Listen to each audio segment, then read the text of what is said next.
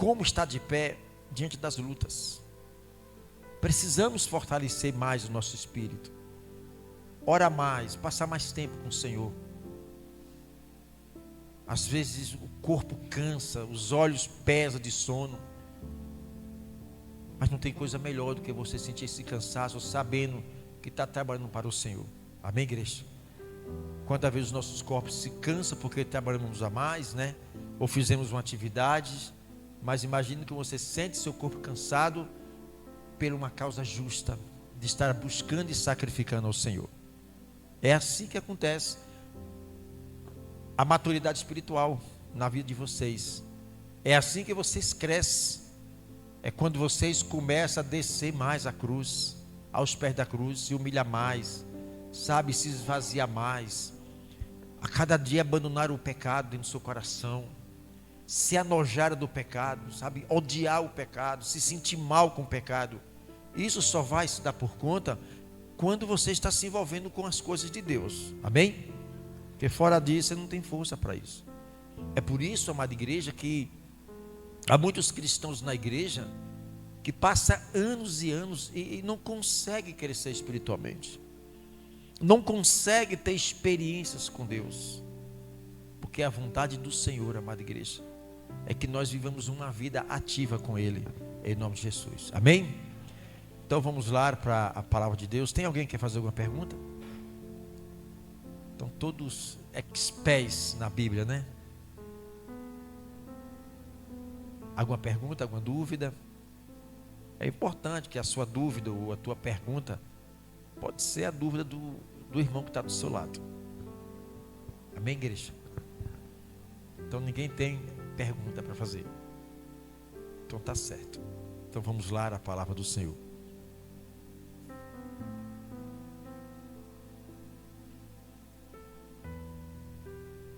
Irmã Juscelina, a Bíblia tem quantos livros?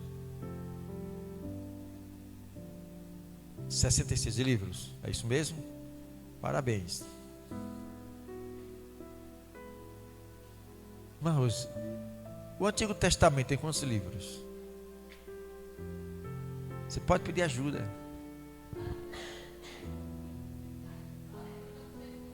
Quantos livros tem o Antigo Testamento? Quantos? 37, é isso? Ou 39?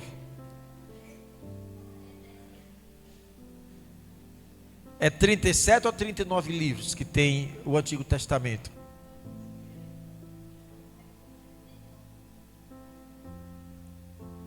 É 39 ou 37?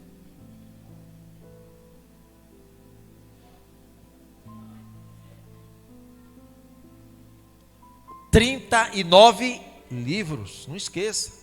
O Antigo Testamento tem 39 livros. E o Novo Testamento tem quantos livros? Quantos? 27. 27 livros, está vendo? 39 com 27 dá o quê? 66 livros. Esses 66 livros, como é que eles são chamados? Canônicos ou apócrifos? Os 66 livros, eles são chamados de livros canônicos ou apócrifos? Canônico. Canônico vem de cano, né? Antigamente as páginas escreviam em peles, né? Papiro, os pergaminhos, rolo, cano, canônico. 66 livros. E os livros apócrifos são quantos? Quem lembra?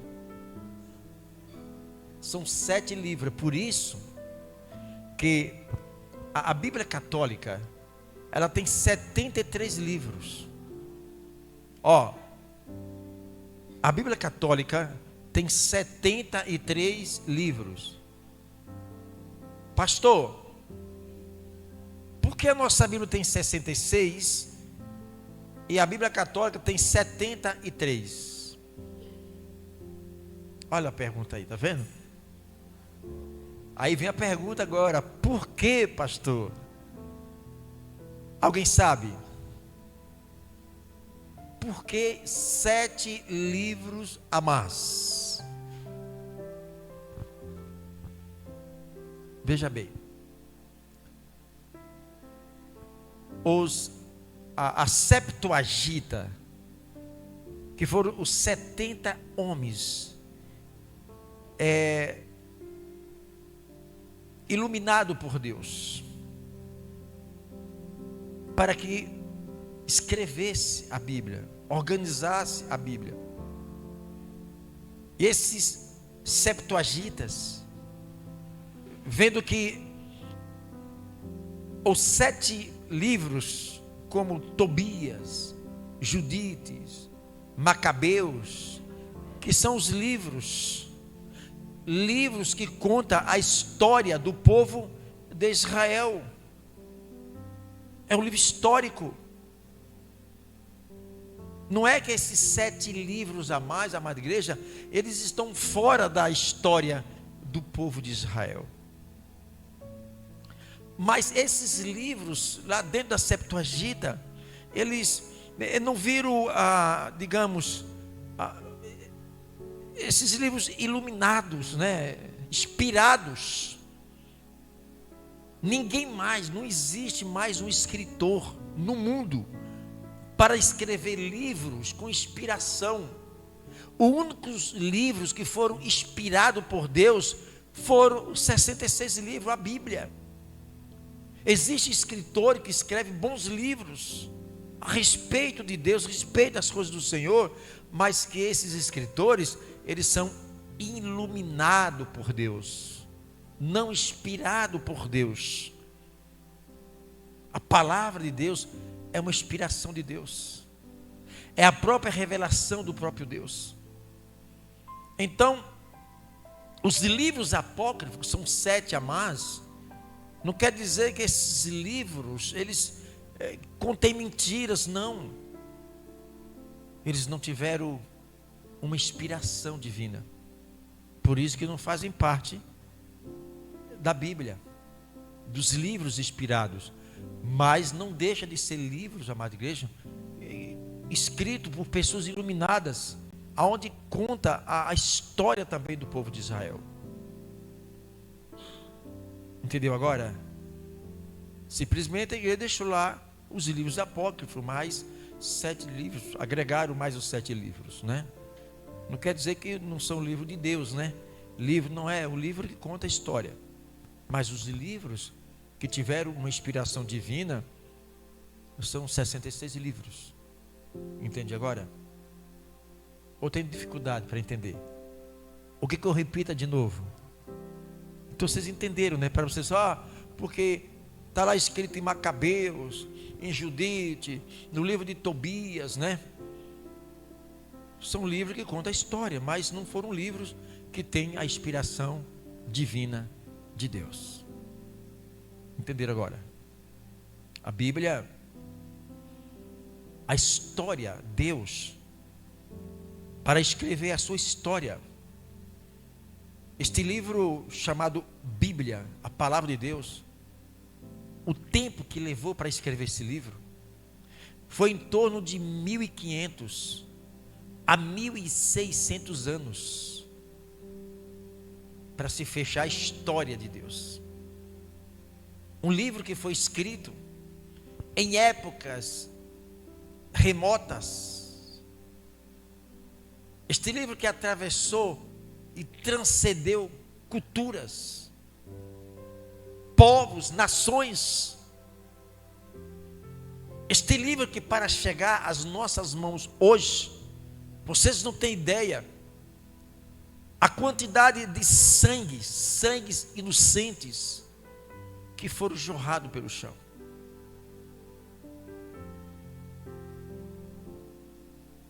Ninguém conseguiu e jamais alguém vai conseguir parar a Bíblia, a palavra de Deus.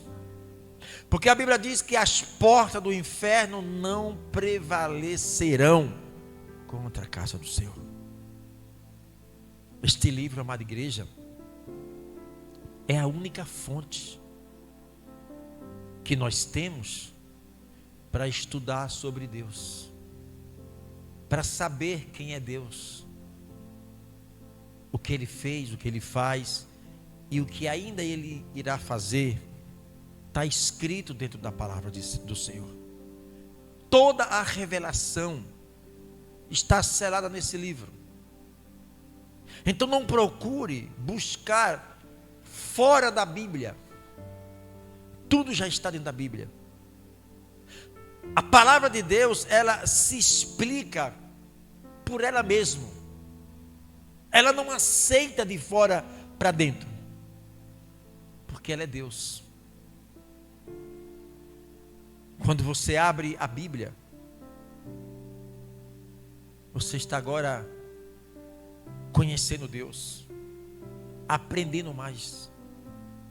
Mas pastor, por que eu abro a Bíblia, leio e releio e não entra na minha cabeça? Porque a Bíblia diz que o homem natural não compreende a palavra do Senhor. E muitas das vezes nós fazemos leitura da Bíblia, pegamos a Bíblia como se é qualquer livro, e não é. A Bíblia não é qualquer livro. A Bíblia é o próprio Deus falando conosco. Se você quer ouvir a voz de Deus, leia a Bíblia. Quer ouvir a voz de Deus? Leia a Bíblia com seu espírito. Tenha reverência à Bíblia. Até para se ler a Bíblia, precisa que nós tenhamos uma alta disciplina dentro de nós. Reserve tempos a sós, um lugar de silêncio, de harmonia. É uma reverência que você tem à palavra de Deus. E você quer ouvir Deus como? No meio de barulho, televisão ligada. Não é isso. O homem natural não compreende a palavra do Senhor. E muitas das vezes nós fazemos uma leitura da Bíblia naturalmente. Não vai entender. Vai dar sono. Não tem revelação. Não se aprofunda a conhecer Deus. Aí o que é que muitos fazem? Fecha-se a Bíblia e quer aprender só através de uma TV, de um celular, de pregações. É bom ouvir, mas tem que ter cuidado em tudo que você ouve, porque nem tudo que nós ouvimos é de Deus. E aí, por esta preguiça, fecha-se a Bíblia. E o risco que muitos correm é de conhecer um Deus que está sendo apresentado, um Deus distorcido da Bíblia. E muitos acabam conhecendo esse Deus distorcido dentro da Bíblia. Quanto nós somos pobres de conhecimento bíblico. Se cada um de vocês, se cada um de nós aplicasse mais, todos os dias, mais um tempinho, em leitura bíblica, o nosso conhecimento, amada igreja, é que vai abrindo a nossa visão, o nosso entendimento, para conhecer a Deus. Porque nós não iremos além daquilo que nós pensamos e conhecemos. A gente não vai além dos nossos conhecimentos. Por isso que Deus fala com Oséias e falou: Oséias, o meu povo sofre, é porque lhe falta o conhecimento. Sem Bíblia, nós não temos conhecimento. Sem Bíblia, não há evangelho. Sem Bíblia, você não consegue vencer as tuas lutas. Sem Bíblia, o diabo não vai te respeitar. Ele vai brincar com a sua vida. Porque ele sabe que o nível de conhecimento é o que aproxima a pessoa de Deus. O conhecimento de Deus. Quanto mais pobre de Bíblia, mais fracos se tornam esses cristãos no momento das suas lutas. E por faltar o conhecimento da palavra, ele vai com os seus conhecimentos, com as suas intelectualidade, com a sua capacidade humana, tentar resolver problemas que estão dentro de uma dimensão espiritual. Não vai. Aí vai reclamar de quê amanhã? Ser uma presa fácil. Aí vem as seitas, começa a lançar um monte de heresia na cabeça, e por você não ter o conhecimento bíblico, aceita tudo que ouve. Por isso que tem um monte de crente desbitolado aí, cristãos, que espiritualiza tudo para esses crentes é espiritual. Temos que ter equilíbrio, temos que ter domínio próprio. Isso vem de acordo o seu nível de conhecimento com a palavra de Deus. É impossível um cristão que tem hábito de ler Bíblia, para que ouça as heresias que mais se ouve por aí, são heresias, logo o seu conhecimento da palavra, isso aqui não, isso está fora da Bíblia. Vocês têm que observar. Quando Paulo chegou em Bereia, era uma cidade, e quem nasce em Bereia é bereano. Era exatamente a história conta que os bereanos, ao ouvir Paulo pregar, eles iam confirmar dentro da palavra se o que Paulo estava falando estava de acordo com o quê? A Bíblia. Se tinha iluminação bíblica, se estava à luz da palavra de Deus. E é assim que nós temos que fazer. E é assim que você tem que proceder. Pastor, onde é que está escrito isso? O senhor tem base bíblica, mas pode confrontar. Se eu estou falando algo para vocês, ou ensinando algo que não está dentro da palavra, igreja, vocês têm todo o direito de confrontar o pastor. Pastor, faz favor. Não tem base bíblica para isso. Olha a responsabilidade de quem está com o microfone para pregar a palavra de Deus. A palavra diz que nós um dia vamos ter que dar conta de todas as palavras que saem da onde? Não está isso lá em Mateus 12:36? Veja aí Mateus 12:36. Temos que estar atento, igreja. Até as palavras que saem da nossa boca, nós temos que estar atento. Temos que ter muito cuidado. É uma grande responsabilidade daquele que nos chamou, amada igreja. Ele nos chamou para uma vida de santificação, para uma vida de separação. Imagine se todos os crentes hoje no Brasil inteiro, cada um assumisse a sua fé em Cristo. Imagine se cada cristão brasileiro, amada igreja, eu falo Brasil aqui, se cada cristão, amada igreja, fizesse com que a nação brasileira, a olhar para todos nós, visse Jesus de alto a baixo sobre a nossa vida. Imagine o estrago que nós fazíamos no reino das trevas.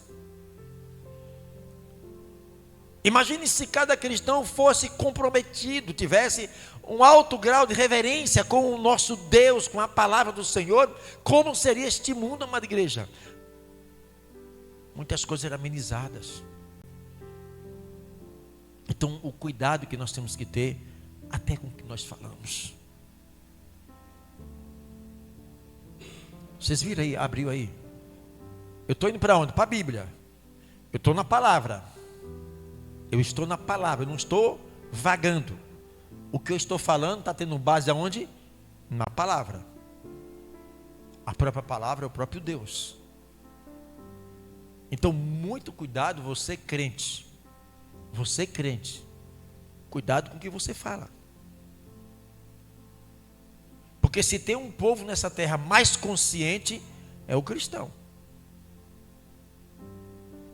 É tanto que a palavra diz que para estes terão os mais duros juízos. Olhe a responsabilidade. Eu não estou aqui amedrontando vocês, igreja. Eu estou alertando cada um de vocês para o peso da responsabilidade que está sobre os nossos ombros do Evangelho do Senhor. Então, anote na sua Bíblia, grifa aí, tenta memorizar, sai do culto, vai para casa, pega a Bíblia. Isso aqui me chamou a atenção. A leitura bíblica é assim, você está lendo a palavra e tem passagens ou tem versículos que faz você parar ali. Aquilo que toca, aquilo que nos chamou a atenção, aquilo é o Espírito Santo falando: ei filho, ouça o que eu estou falando. E você começa a orar em cima daquilo que a Bíblia lhe chamou a atenção. Ali são as pinceladas que o Espírito Santo está te dando. Para aí, quero falar contigo. Então a palavra diz em Mateus 12:36: digo-vos que de toda palavra frívola. Que palavra? Essa palavra frívola são palavras que não agradam a Deus. São palavras inúteis para Deus. As palavras inúteis que saem da nossa boca. Essas palavras, ela fica gravada no mundo espiritual. Olha a responsabilidade, hein?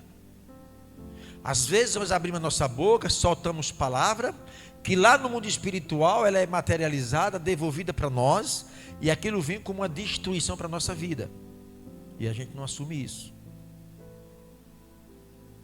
Muito cuidado com o que você fala. Porque você pode estar experimentando do seu próprio veneno. E muitas das vezes, às vezes, este veneno atinge alguém. Mas como efeito dominó, ela volta para a pessoa. Então, todas as palavras inúteis, quer dizer, frívolo, né? Que proferirem os homens, dela darão conta aonde? Observe. Isto é um alerta para a igreja. Palavras que saem da boca de um crente ou da boca de qualquer ser humano. Imagina uma palavra de fofoca. Imagina uma palavra de disse-me-disse. Imagina uma palavra maldita. Palavra que entristece, que fere o coração de Deus. Essas palavras, se não houver um arrependimento no coração de um ser humano, estas palavras, elas estão guardadas para o dia do juízo. Como entender isso, pastor? Porque a palavra, ela é espiritual. Vocês estão ouvindo eu falar. Vocês estão vendo a minha voz? Vocês não estão vendo a minha voz. Ninguém vê a sua voz. As pessoas ouvem a tua voz. E aquilo que nossos olhos não vê é espiritual. Então a palavra é espiritual. Esta palavra vai no mundo espiritual e ela é armazenada, guardada, para que um dia esta palavra venha servir de acusação para a pessoa. Então a palavra ela é espiritual, ela vai no mundo espiritual, ela fica armazenada. E muitas das vezes essa palavra, ela é materializada. Quando você abre a tua boca e você diz: eu creio em ti, Senhor. Eu não vou desistir, Jesus. Eu não vou olhar para trás, Senhor. Ainda que eu tenha que pagar um preço, eu vou continuar olhando para a cruz. Eu creio, Jesus.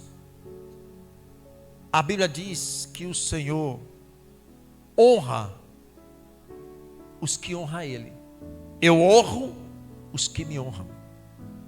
Imagine você começa a honrar Deus com a tua palavra, e a palavra diz que Deus honra aquele que honra Ele. Isso quer dizer, Deus retribui quando você honra Ele.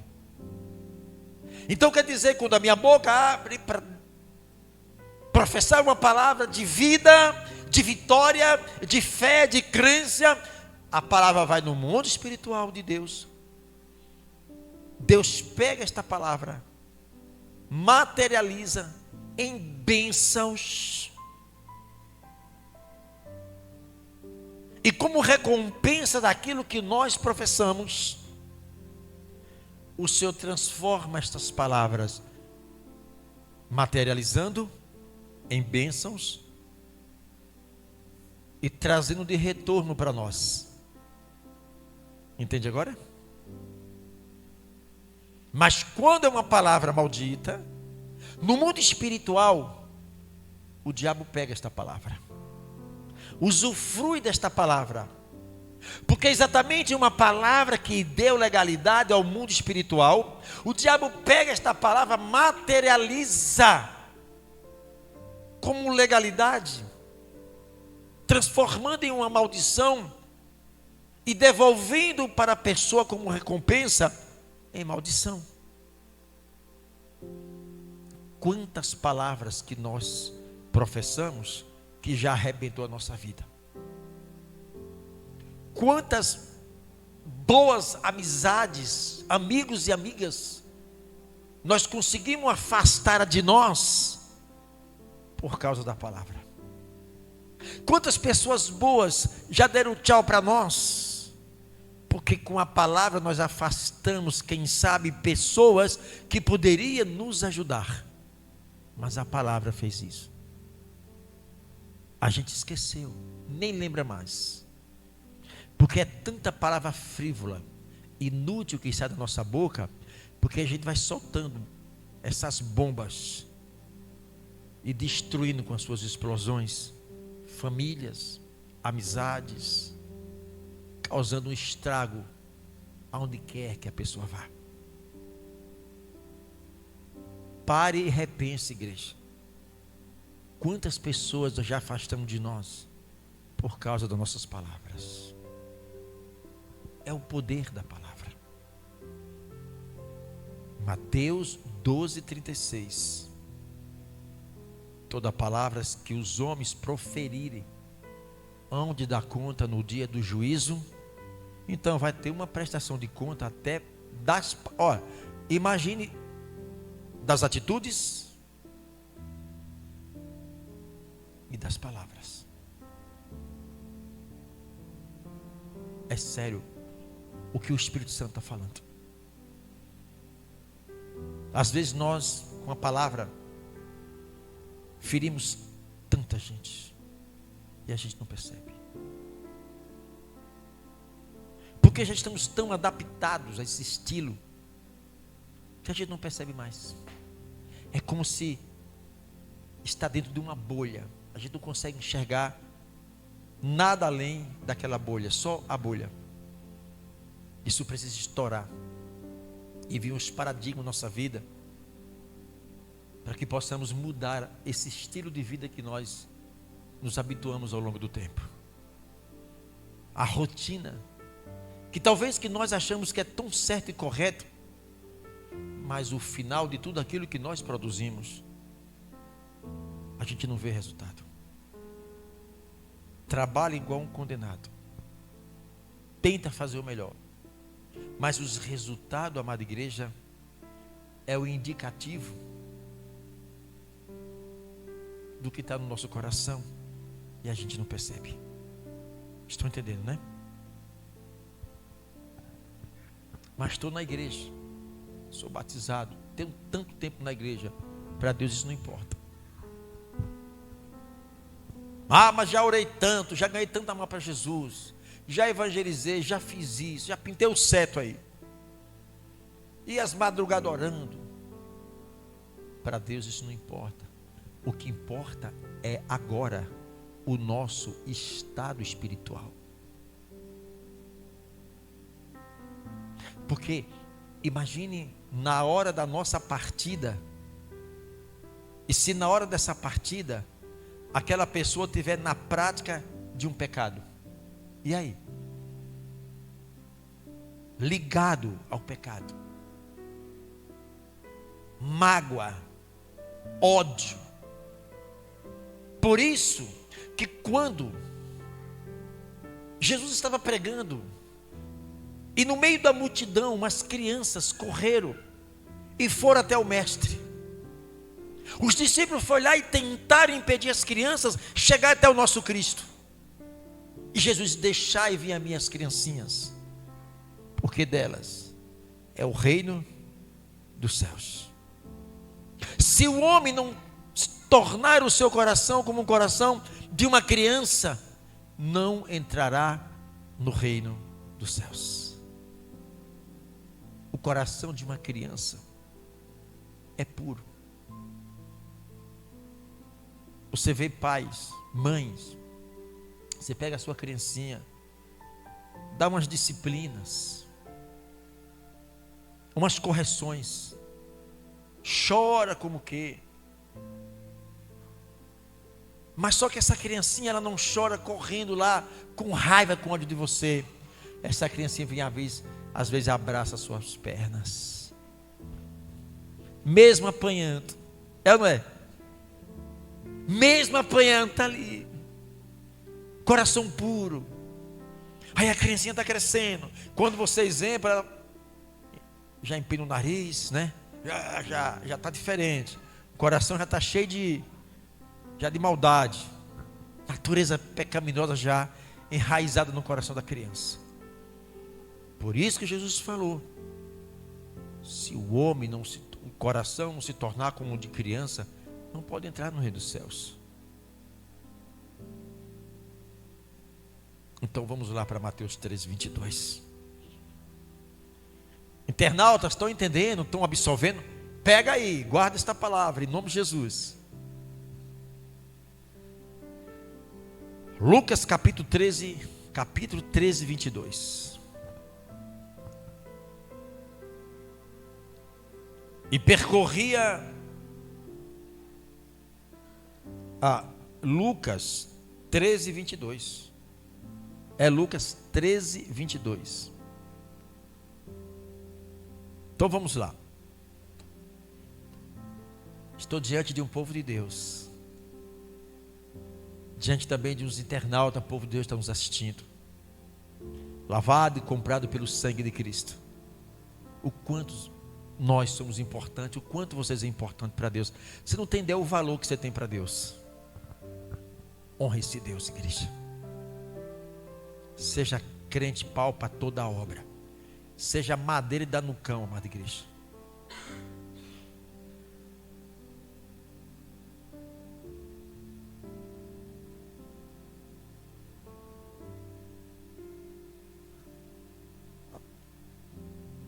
A minha versão está assim.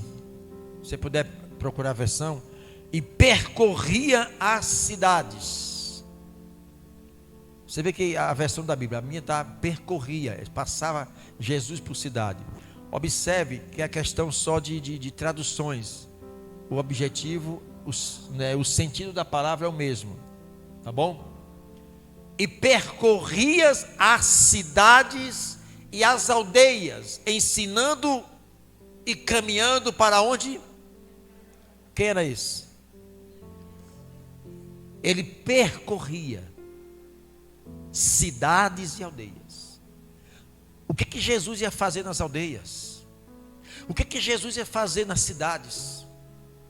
A palavra de Deus sempre está mostrando Jesus em movimento, indo para lá, vindo para cá, mas com um foco, com um objetivo, ensinando a amada igreja. E toda a caminhada de Jesus estava apontando, a bússola apontava Jerusalém, o local aonde ele teria que se entregar. Toda esta caminhada apontava Jesus indo para Jerusalém, para o último confronto com o diabo, para morrer na cruz por nós. Jesus ia de aldeias e aldeias, cidades e cidades, ensinando, pregando o evangelho, curando os doentes, salvando os perdidos, libertando os endemoniados. Esse era e é o ministério de Jesus. Esse era e é o evangelho de Cristo. Um evangelho recheado de sinais, porque aonde Jesus ia, ele é o próprio sinal. Ele é o mesmo. Este é o evangelho, amada igreja, que nós temos que ter sede dele. Um evangelho que funciona. Um evangelho de sinais sobre a nossa vida. Jesus não ia em lugar ou aldeias, cidades, sem que algo não acontecesse. Era impossível. Porque ele era a solução para todos. Ele era a libertação para todos, a cura para todos, a salvação para todos. Ele é o nosso Cristo. E é Ele que está aqui, através do Espírito Santo.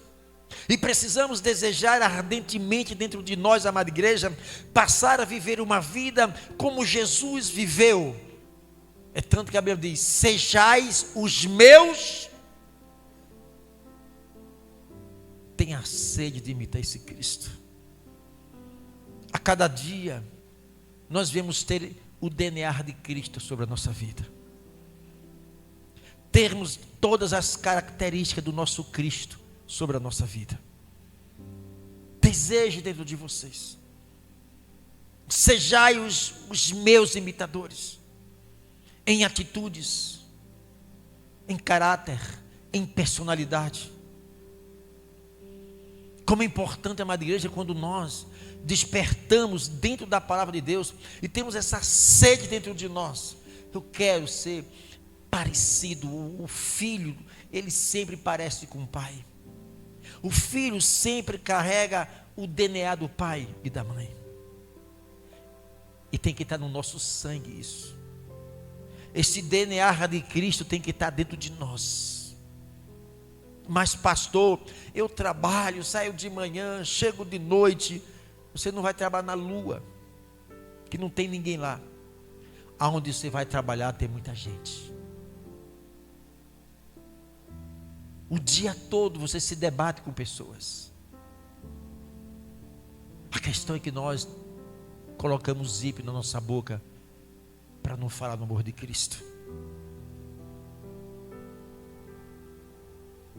Seja falando, seja com a nossa vida, procuramos mostrar um evangelho através de nós. Jesus estava indo em direção a Jerusalém. O que ele ia fazer lá, igreja? O que ele estava indo fazer em Jerusalém era cumprir a missão do Pai. A missão dele era morrer por nós. Aquela cédula que nos condenava eternamente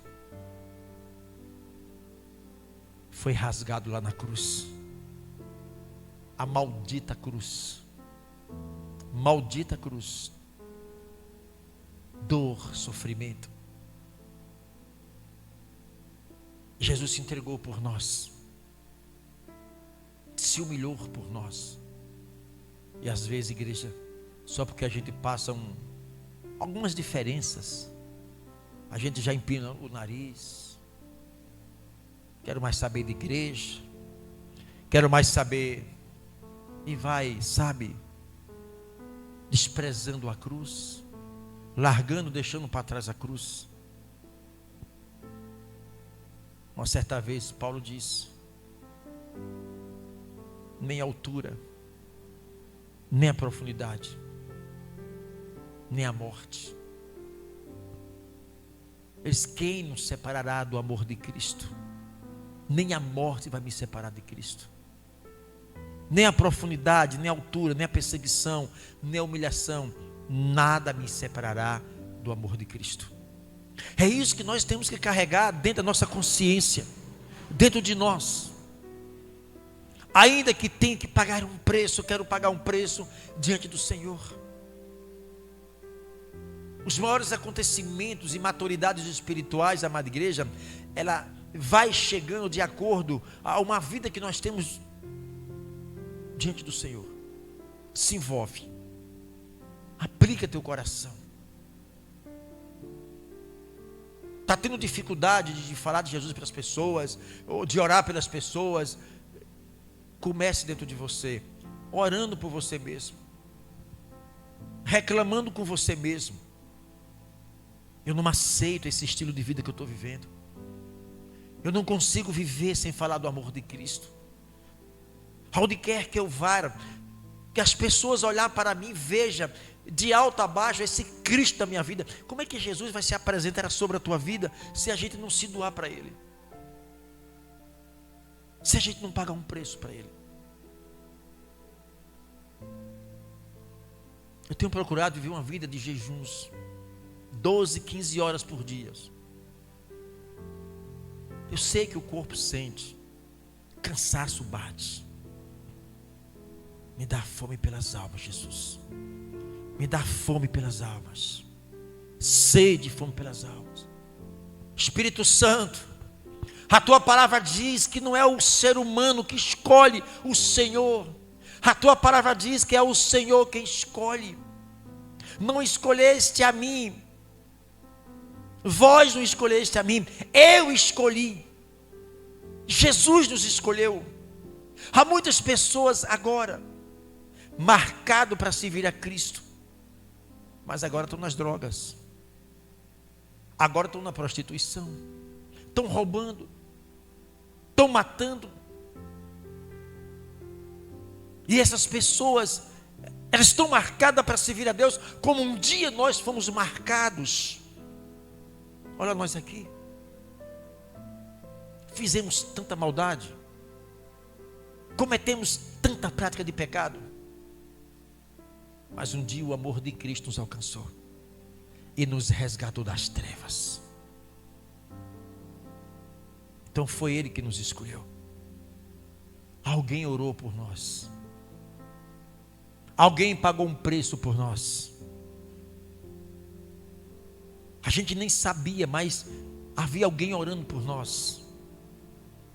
Olha nós aqui. E quantos agora estão marcados para servir aqui a Deus? E essas pessoas, elas estão aprisionadas dentro de um reino das trevas. E o diabo esconde essas pessoas para que nós não possamos ver e enxergar essas pessoas. Quando eu falo para vocês que eu mudei o meu estilo de oração para com Deus, eu não peço mais nada ao Senhor a não ser fome e sede pelas almas. Senhor, tudo que eu quero é que o Senhor me conduza, me leve às trevas. Eu quero ir para as trevas, porque a luz que está em mim gosta das trevas, para que ilumine quem não tem luz. Como Deus vai negar uma oração dessa? Você coloca o Espírito do Senhor numa condição que Ele não pode te negar. Como que o Espírito Santo vai negar uma oração de um filho que está dizendo: Espírito Santo, me dê fome pelas almas, sede, me ensina como é que eu tenho que ganhar alma, me ensina como é que eu devo andar no caminho do Senhor. Eu não creio que Ele negue um pedido desse. E tudo aquilo que nós pedimos em oração, e que as nossas orações estão de acordo à vontade de Deus, eu não creio que Ele negue esse pedido. Mas existe uma preparação. Não é só orar, é só pedir. A Bíblia diz que nós não devemos ser só ouvintes, mas também praticante, atuante. É aí que está o problema, porque a nossa natureza pecaminosa vai dizer: pare com isso. Não, você não tem tempo, você está cansado. O pecado é gostoso. Fica aí. Não vai para a igreja hoje, não pega a Bíblia, não ore. A palavra diz: sede fiel no pouco, que no muito eu te colocarei. Talvez eu veja ali a irmã Eda, trabalha igual, meu Deus do céu. Aí vem para a igreja, arrasta nas pernas. Mas é o cansaço, o corpo físico está trabalhando muito. Mas vem para a casa do Senhor, porque se ela dá ouvido, a irmã Adriano, muitas das vezes vem de bicicleta lá do trabalho da Hermes Fonte, né, irmão? Não vai nem para casa. Pastor, estou na sovaco aqui, estou suado, é assim mesmo. Deus olha o nosso coração, irmão. Mas tem um desejo. Imagine se todos os crentes fossem assim. Todos os cultos estavam com todos os bancos, tudo aqui preenchidos. Mas o cansaço está paralisando muitos crentes. Olha a irmã Dete aí. As duas vezes para a igreja, a dor para aqui, a dor para lá, e vai, eu vou e vem. Termina o culto, já sai sem dor. É uma luta de cada um de nós, igreja. Se você está super cansado, que trabalhou o dia todo, quem é que te deu força para trabalhar? Foi Jesus. Hoje eu não vou para a igreja. Amanhã eu não vou. Depois eu não vou. Quando menos esperar, irmão, porque ele tem força. Ele não tem mais alegria de ir para a igreja, alegria de ler Bíblia. Vai fazer o que, igreja? Eu tenho orado: Senhor, eu já perdi tanto tempo, já gastei minhas forças em tanta coisa que desperdicei. Eu não quero perder tempo que não quer nada. Há muita gente com sede de buscar a Deus e aguardando um de nós chegar lá. Mas a gente fica escondidinho. Jesus estava caminhando, passando nas aldeias, nas cidades, e toda a sua caminhada estava apontando Jerusalém, o palco do sofrimento de Jesus Cristo.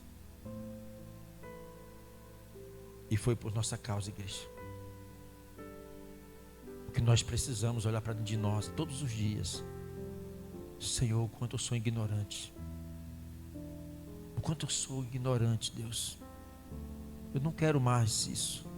Abra minha mente. O Senhor sabe, Espírito Santo. Eu tenho dificuldade de entender a Tua palavra. Eu tenho dificuldade de louvar. Eu tenho dificuldade. Apresente as suas queixas para Cristo. Você precisa dar voz à tua oração. Você precisa abrir o seu coração na oração e contar a sua vida. Ele conhece a tua vida. Ele sabe da nossa vida. Ou não? Então, faz do Espírito Santo o seu melhor, o seu amigo íntimo. Que você conversa e ele te ouve. Que ele fala com você e você ouve. Que ele impulsiona seu espírito a cada dia para você andar lado a lado com Jesus. Imagina o nosso Cristo à destra do Pai. O Espírito Santo não está nos céus, ele está aqui. Quem está no céu é Jesus. Mas pastor, e Jesus não é o Espírito Santo? Sim. O Espírito Santo não é Jesus? Sim. Mas Jesus está operando numa dimensão aqui na terra, através de quem, igreja? Ou vocês acham que Jesus está aqui fisicamente?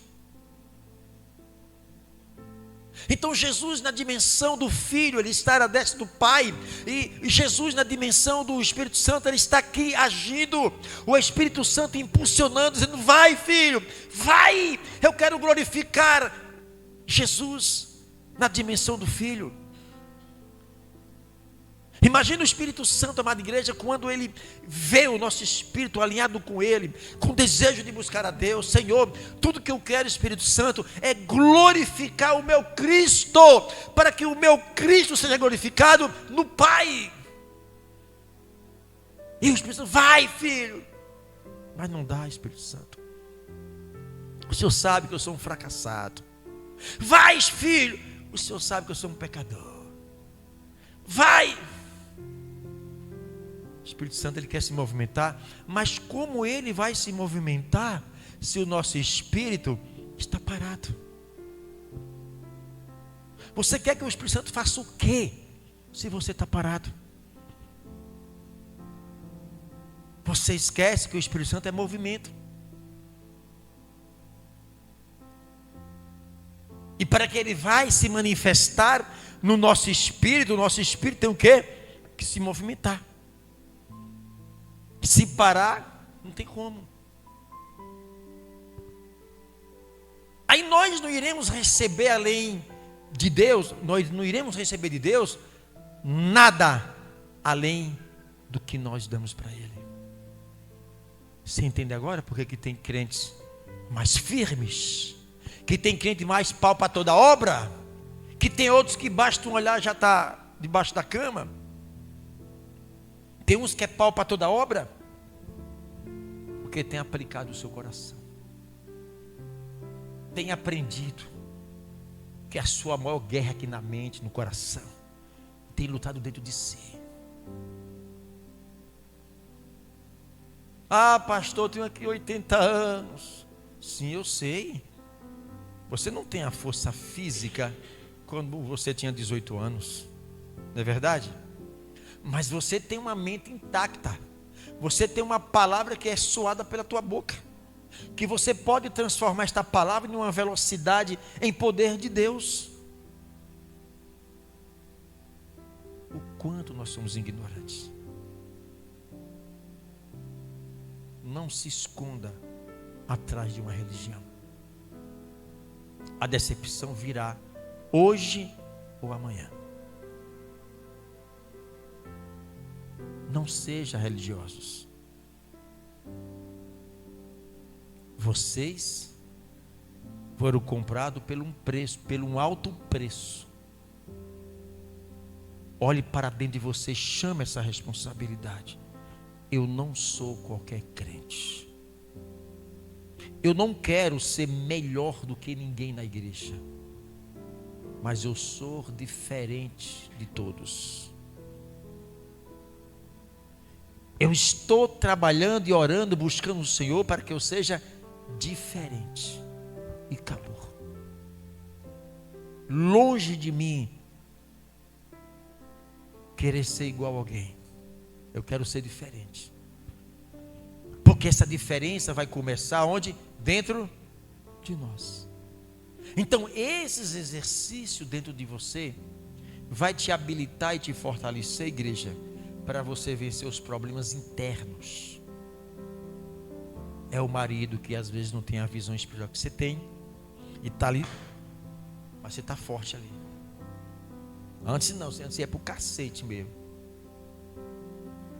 Pau, você não tinha medo, enfrentava. Se brincasse, soltava a mão na broca do vidro lá e pronto. Mas hoje você não mais age desse jeito. Você já enfrenta diferente. Porque o Espírito Santo, ele dá estrutura para isso. Porque se não é o Espírito Santo, não suporta. Separa, se destrói, não permanece. Por isso, olha o quanto nós necessitamos da presença do Espírito Santo dentro do nosso espírito. Porque é Ele que nos convence do erro, dos erros, do pecado, das falhas. É Ele que nos ensina, que nos capacita. É Ele, igreja. Então faz dele seu amigo íntimo. Conversa com Ele. Dialogue com Ele. Melhora a sua comunicação com Ele. Problema resolvido, igreja. O que vier pela frente aí, você vai vencer tudo em nome de Jesus Cristo. Acabou aquele tempo de ficar pelos cantos chorando. E agora, Senhor, Deus, eu não aguento mais. Olha, se eu não fosse crente, eu não sei onde é que eu estava. Não sei. Sabe, isso não deixa de ser uma murmuração diante de Deus. Chama para você essa responsabilidade. Cada um responde pelos seus atos. Você não merece, igreja, está pegando o problema das pessoas, das consequências dos seus pecados e jogar nas suas costas para querer levar, não. Seja mais árduo, mais duro. A escolha é sua. Você não quer, meu filho? Eu não posso mais fazer nada além do que orar por você, porque você não me ouve. Você já cresceu, é dono do seu nariz, responde pelos seus atos. Agora engula o que você está plantando. Não venha dividir comigo as consequências do seu pecado. O que eu posso é só orar por você. Então a gente acaba, às vezes os pais, esposa, marido, fica agindo com sentimento humano.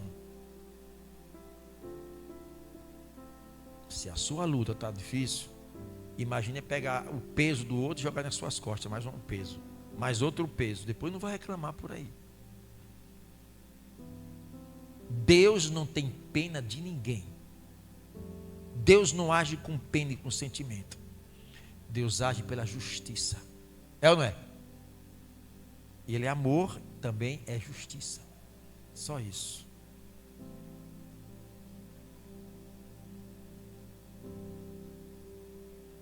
Cuidado em tentar ferir a santidade de Deus.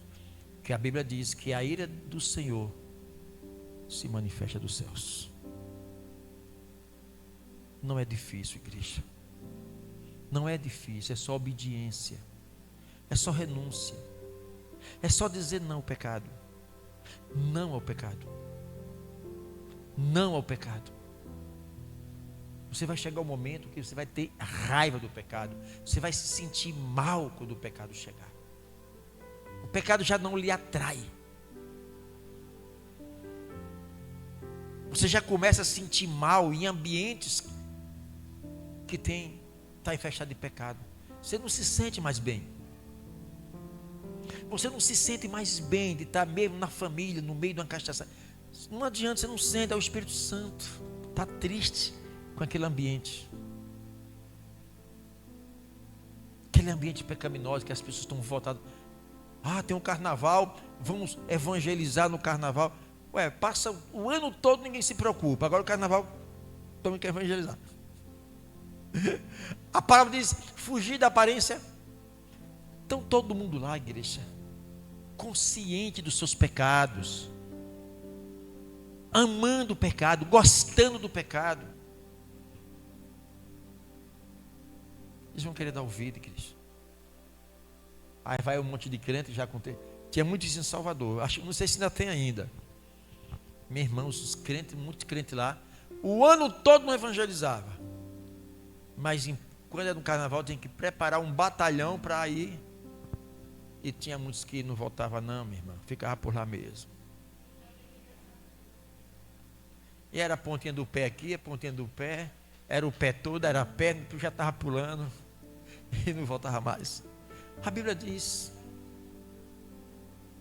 A Bíblia fala, viu, irmã Marisa? Fugir da aparência do mal. A tentação não é pecado. O pecado é cair nela, se envolver por ela.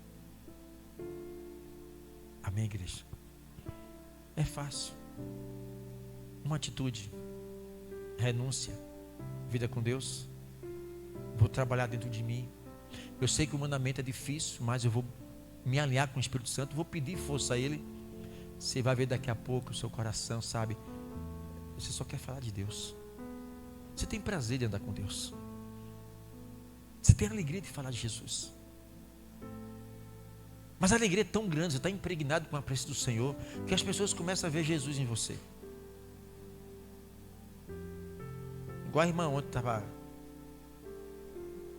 numa tristeza, sofrendo. A irmã, era quase 1h da manhã, conversando. Tá? Pastor, Interessante, o senhor nem orou. Eu já estou me sentindo leve. As dores foram embora. Já estou sorrindo já. Eu não quero mais morrer. Eu quero é viver. Peça ao Espírito Santo para cada dia Ele implantar Jesus na sua vida. Que Deus abençoe a todos vocês. Não desista da cruz. Cada um de nós responde pelos nossos atos. E eu não quero pagar consequência. Temos que se esforçar para viver uma vida em santidade.